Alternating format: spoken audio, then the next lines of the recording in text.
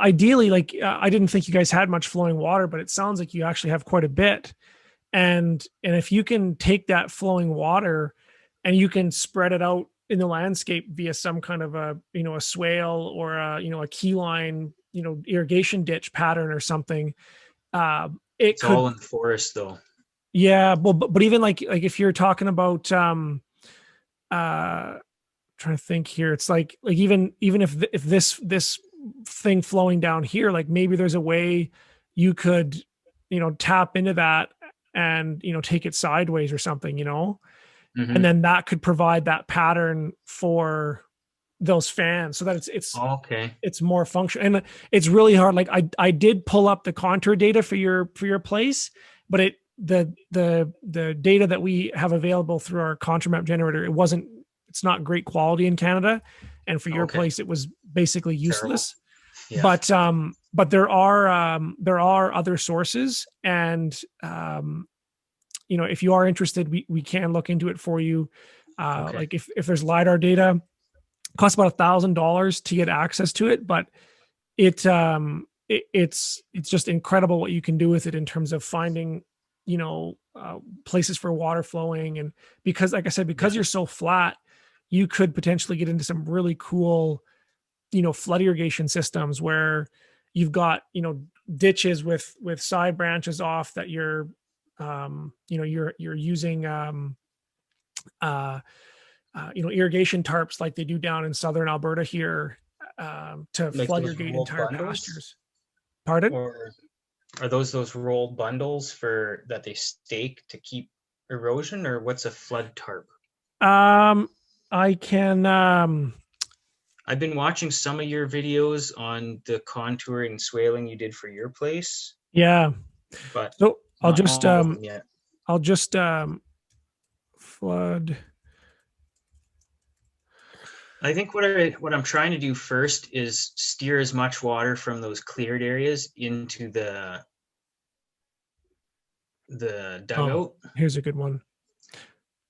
Okay. So like, I mean, Never seen them. they basically have these irrigation ditches, and then like, have you heard of PA Yeomans or like the keyline design system?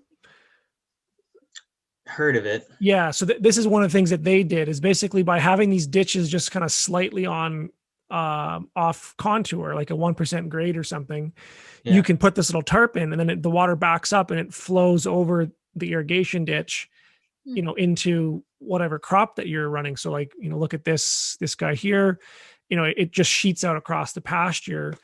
And Hmm.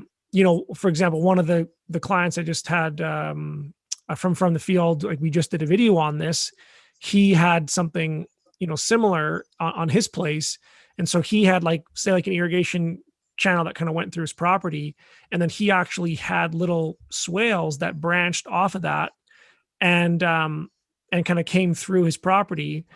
And so he could put a little dam right here, and then it would flood water all the way out, you know Okay, because we just put a like that the trail between the house and that back uh, field. We took all of the clay that we pulled out from the house excavation and pushed that down that area because it was so low. I mean, in the summer it was dry, you could drive it, but there was some years where it'd only be a couple months. And then we put a culvert in the middle where it was lowest. Okay. Um, and like, there was even some years where you'd almost walk out the back of the trailer and you were in standing water. Oh, But really? those were extremely wet years. Like the year that we bought the place and started building, 2016, 2017, I took a shovel and dug a 8-inch hole, and then we had water. And then we dug a test hole with the backhoe and just instantly water. And we dug the hole for the house, and the clay was sliding in because it was so wet. Wow. Yeah. And now, that sump pump hardly runs. Yeah.